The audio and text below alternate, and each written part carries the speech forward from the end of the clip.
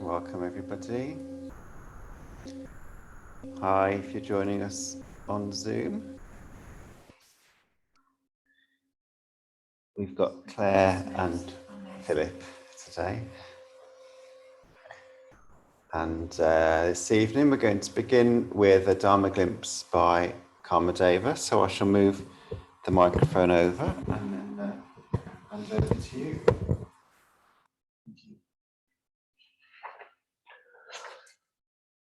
I suppose I should firstly try to put this into some perspective.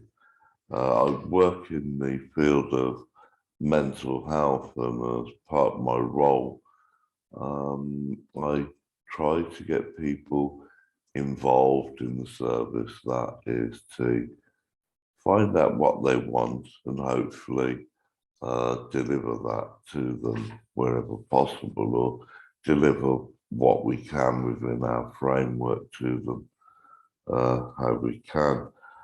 I often reflect on my practice because I like to think about whether I'm doing it right, whether I'm doing it wrong, or how I could improve, and that's Buddhist practice and my work. I came across someone who's been involved with our service. I work with Mind, and he'd been with Mind for a number of years, very involved, works a lot within the mental health field, voluntary most of the time, but we do pay for some participation work. And it'd been very awkward, in my opinion. And so reflecting on them, I thought, well, how am I doing? So, I mean, at the heart of Buddhism is compassion, love, compassion, and trying to help people in this world of suffering, basically. And we have metta, loving kindness. The metta is the Pali word for loving kindness. And so I drifted away from my work and I thought, am I treating this person even with loving kindness, let alone as a person that I'm paid to work for? I felt maybe I was letting him down, thought maybe I was letting myself down. He'd been complaining quite a lot. And at times I was able to help him, but at times I thought it'd be so much easier if he just went away, maybe, not even have services from us anymore, because it was just intolerable to me at the time. And it was a lot around, I didn't get my payments on time, and lots of complaining, and I really did just think, maybe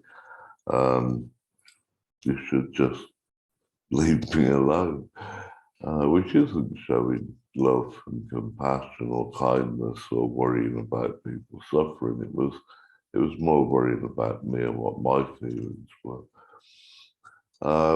I remembered something that one of my teachers once said, it was actually Kaspa, which was I came up with this idea, and he was mentoring me, and I said, like, I was going to go out and feed homeless people in Erdington, because we have a lot of them there, which is in Birmingham.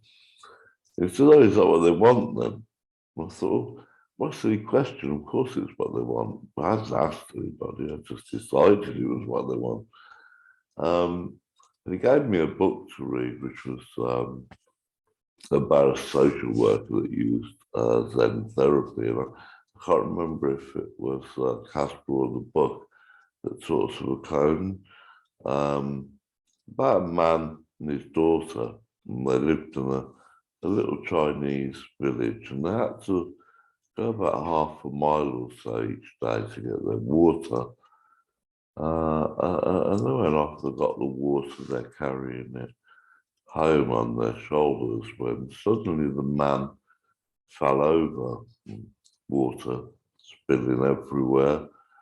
And he looks up at the daughter and she looks at him and he says, "Help me." With that, she threw her water on the floor and she fell next to him. And really the moral, if you like, is how could she possibly know how to help him if she weren't looking at things from his perspective? That was just to think quite a lot about how I do things at work, in my life in general, how I had just decided that what people needed was, well, didn't got down the route of deciding what it was they were going to eat, which was baked potatoes, and I would wrap them and get them round. And I hadn't asked the person, and certainly nobody hadn't asked me what they wanted, and it could well have been if I spoke to them, there's somewhere to wash each day, or blankets on freezing of a night. Potatoes not much good to me if I'm going to die from hypothermia.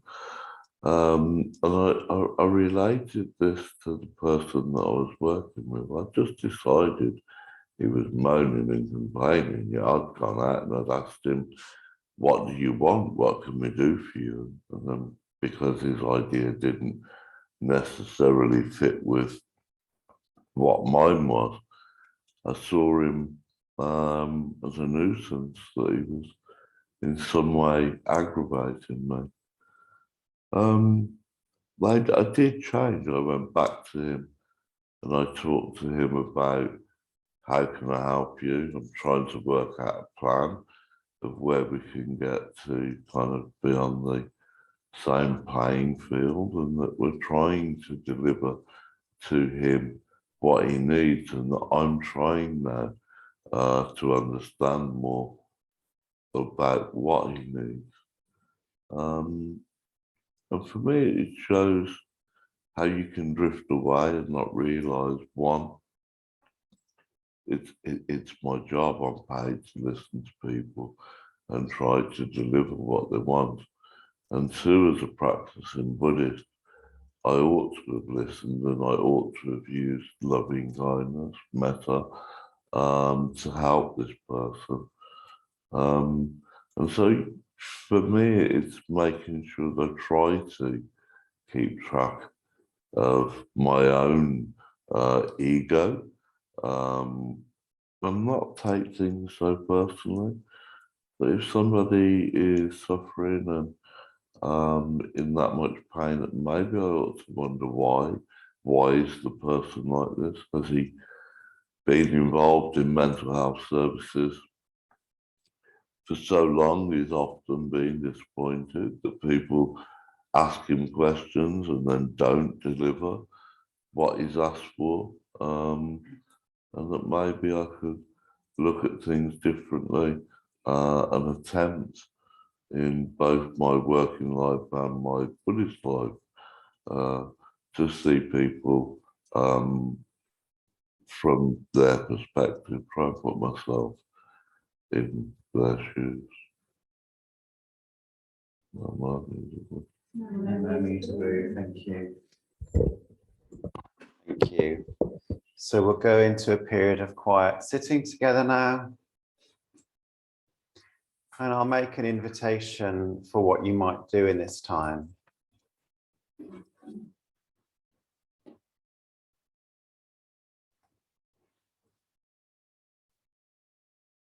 Beginning sitting quietly, and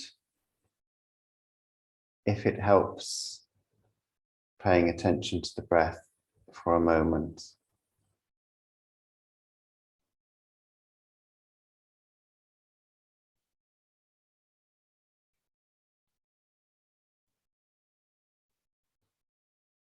And if and when thoughts or feelings or sensations arise, noticing what it is that's arising. Oh, here's a feeling about this. Here's a thought about that. Oh, here's a feeling in my back, whatever it is.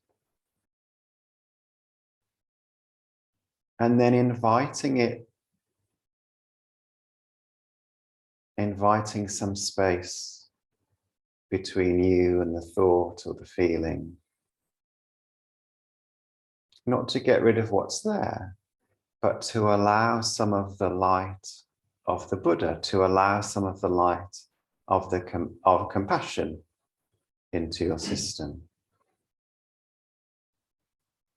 So noticing what's arising and just very gently inviting it to take a step back.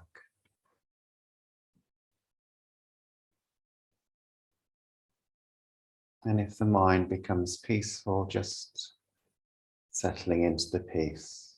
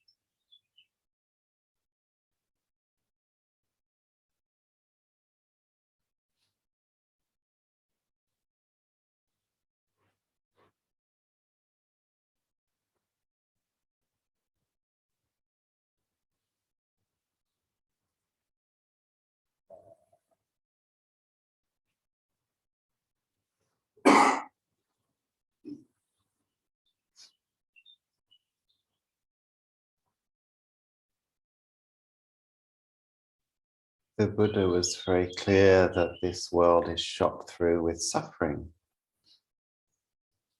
but also that that isn't the only thing that's true.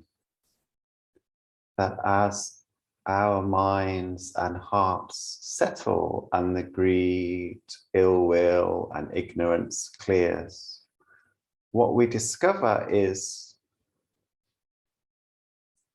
loving kindness, compassion, both deep within ourselves and also all around us. And Buddhist practitioners through the generations have called that nirvana or the Pure Land, or have understood that that compassion comes to them with the face of many different Buddhas and Bodhisattvas in dreams or visions, or perhaps just that these artworks stand in for those qualities. But there is a real sense that that loving kindness is out there flowing towards us. This is what we awaken to. So we'll chant Amitabha, which is the name of the Buddha of infinite light, and the light is love, of course. So we are welcoming those qualities, reminding ourselves that that field of loving kindness exists. We're not always able to feel it, but we experiment or trust that it is there in every moment.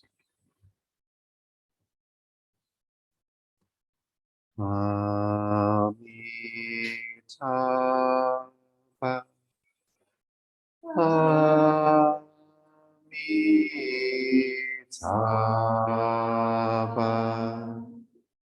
Amitabha,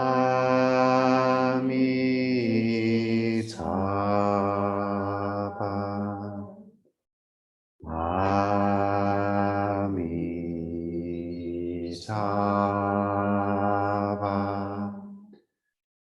Amitabha,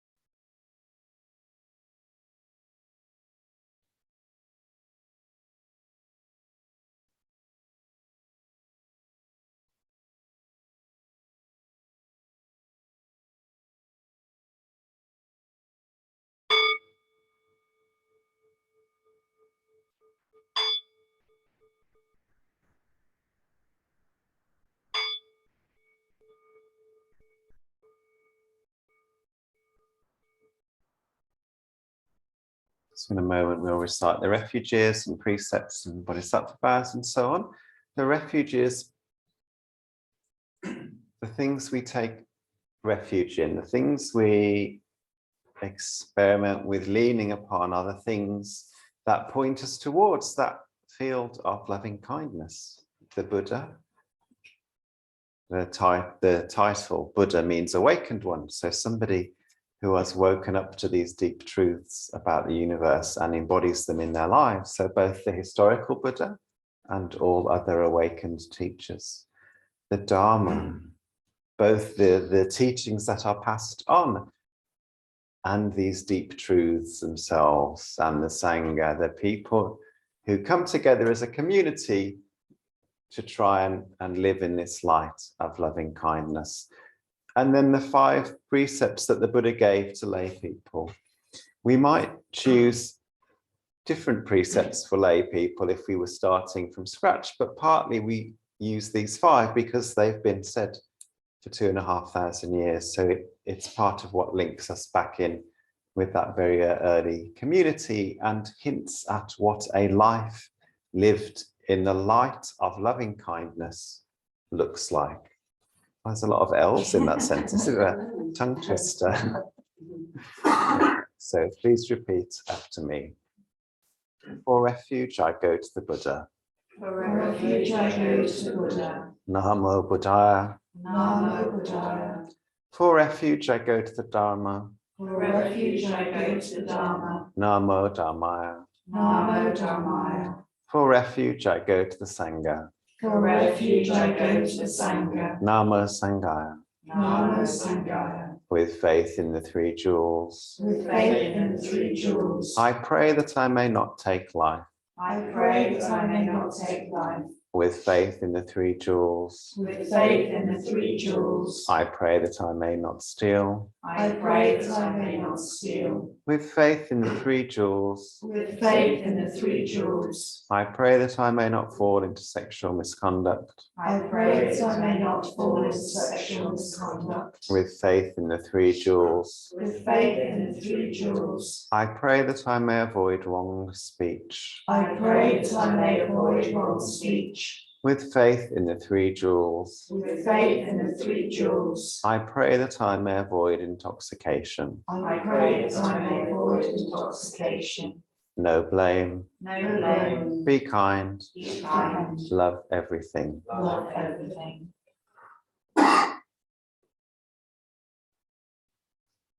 Innumerable are sentient beings.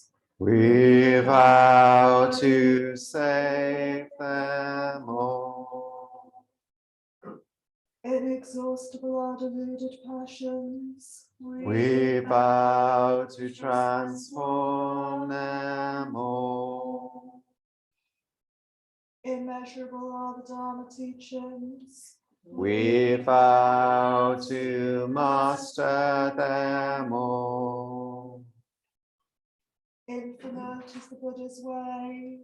We vow to fulfill it completely.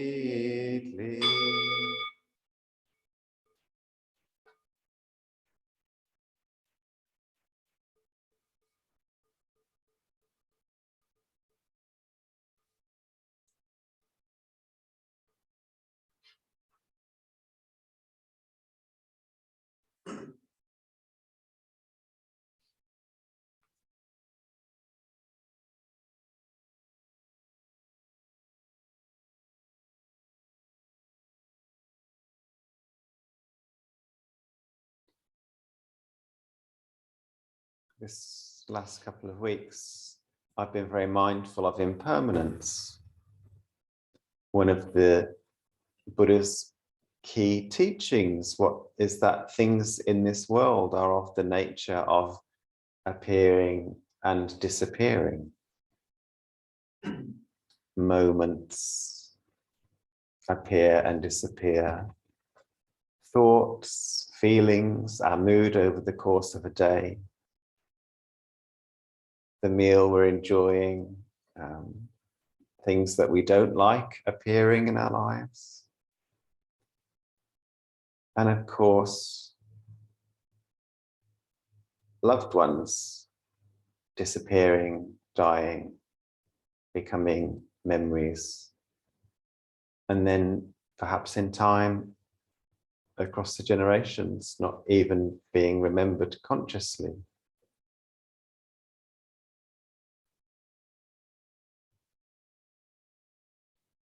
Someone recommended an article to me this week in Lion's Roar about the Black feminist poet Audre Lorde, and it was 6 Black women Buddhists writing about their experience and connection to her words.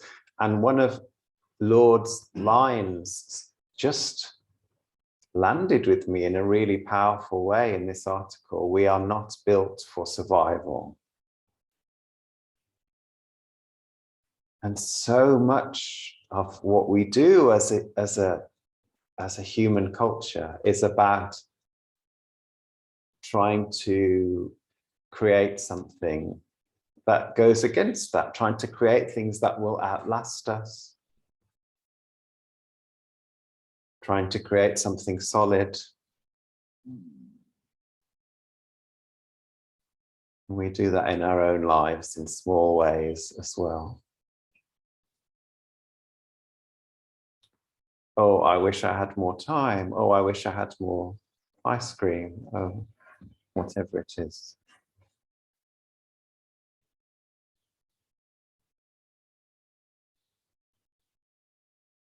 And it's the same teaching, it's just phrased differently. You know, impermanence can sound a bit technical.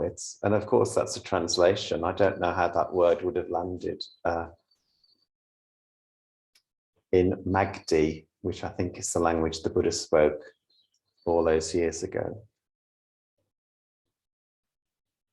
Something about how that was phrased, we are not built for survival, sort of shook me and woke me up a bit. Today, I was listening to somebody from Everyday Zen tell the story of Patakara, whose family dies, and she goes to the Buddha grieving. And there's two really powerful moments. One is that the Buddha accepts her just as she is. He kind of allows her to come and meet him in this state where she is racked with grief, and other people have turned her away because she's so full of emotion. And I think that's really important. It's not like I knew somebody once, when there was suffering around, he would just say, oh, impermanence. And he was avoiding feeling what that was really like in his own life, and skipped over the experience of the people he was talking to. And it was really irritating because you just wanted someone to say, oh yeah, that really sucks. And he was like, oh, impermanence. So this being received as we are in the state of feeling, oh yeah, life is really hard sometimes. This impermanence isn't just a technical thing, it's affecting. And having been received later on, when she spilt some water that she was collecting, she noticed that the rivulets of water each went a different distance before drying out on the hot earth, or perhaps before disappearing into a crack on the hot earth. Some of the water went a short way, some went a little bit further, and some went a little bit further, but always it stopped, it didn't continue. And in seeing that, she achieved a level of acceptance. Oh, some lives are short, some lives are medium, some lives are long, but all of them pass away.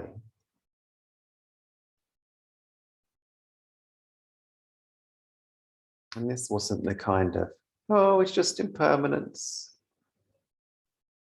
This was a real deep acceptance of, oh, this is the way things are. I have really felt the grief of this, and now I understand that it is something about how the universe is set up, and that within that it is still possible to love and be loved in the way that I was received by the Buddha on my worst day.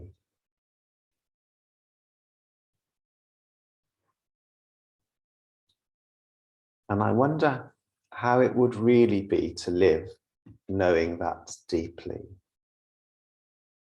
Maybe I forget about trying to create a grand legacy or something that goes on forever, and really just tune into what is happening in this moment, the rising and falling of things in my life right now. Trusting that in this world of suffering, where it is inevitable that I will disappear from, and that the people I love will disappear from in the forms that we have now, it is still possible to love and be loved and to rest in loving kindness. A moment to breathe.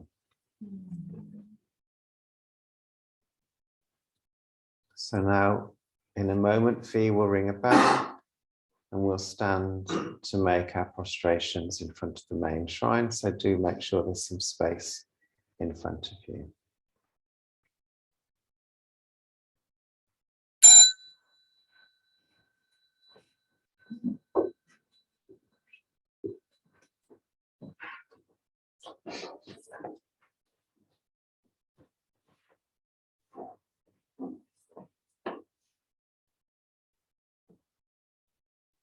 Namo Amida Namo Amida Namo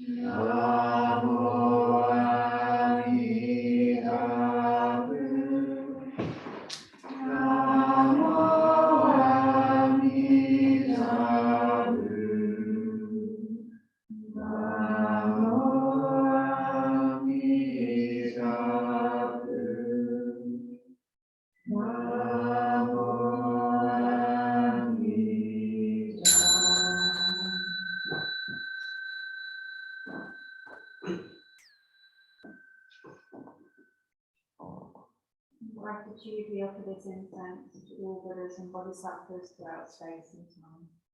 May it be fragrant with earth herself, reflecting our careful efforts, our wholehearted awareness, and the fruits of understanding slowly ripening. May we and all Buddhas be companions to Buddhas and Bodhisattvas. May we awaken from forgetfulness and realize our true strength.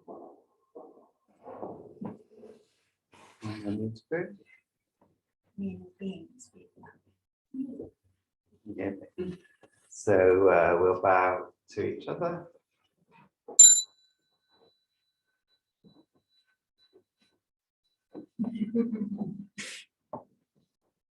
Might try. We'll tidy our places and bow to our seats.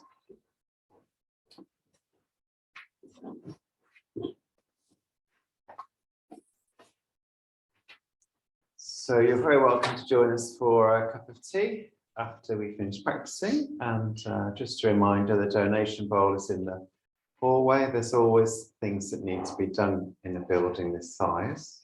We're just getting quotes for getting the back windows painted because water came through when the window cleaners were here. Only a little bit, but still, it's a warning sign. So we do appreciate people's generosity. And any more announcements? Such as shrugging. So I think that's all for now. Namo Amida. We'll finish with the closing verse, which is on the top of the A5 sheet. Do unmute if you're on Zoom. Blessed by Amitabha's light, may we care for all living things and the holy earth. Namo. Thank you. Thanks, everybody. I don't mind. Yeah. Just stop.